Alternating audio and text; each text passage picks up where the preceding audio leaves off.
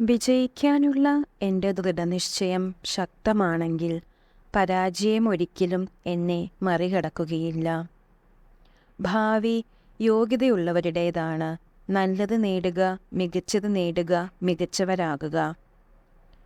ആരംഭിക്കുന്നതിനുള്ള മാർഗം സംസാരം ഉപേക്ഷിച്ച് പ്രവർത്തനം ആരംഭിക്കുക എന്നതാണ്. വിജയിക്കാൻ ഉറച്ച തീരുമാനമെടുത്താൽ പിന്നീടൊരിക്കലും പരാജയം നിങ്ങളെ തേടിയെത്തുകയില്ല.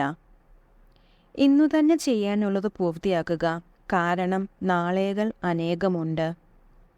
നിങ്ങളുടെ ചിന്തയ്ക്ക് പരിധി നിശ്ചയിക്കുകയാണെങ്കിൽ അതിനപ്പുറമുള്ളത് നിങ്ങൾക്ക് ഒരിക്കലും ലഭിക്കുകയില്ല.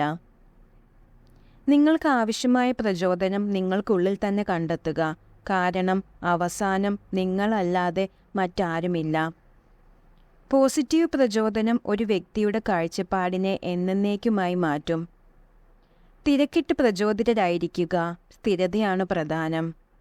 പ്രചോദനം സ്വയം കണ്ടെത്തുന്നതിനുള്ള ഒരു ഉറവിടം മാത്രമാണ് മോട്ടിവേഷണൽ സ്പീക്കറുകൾ.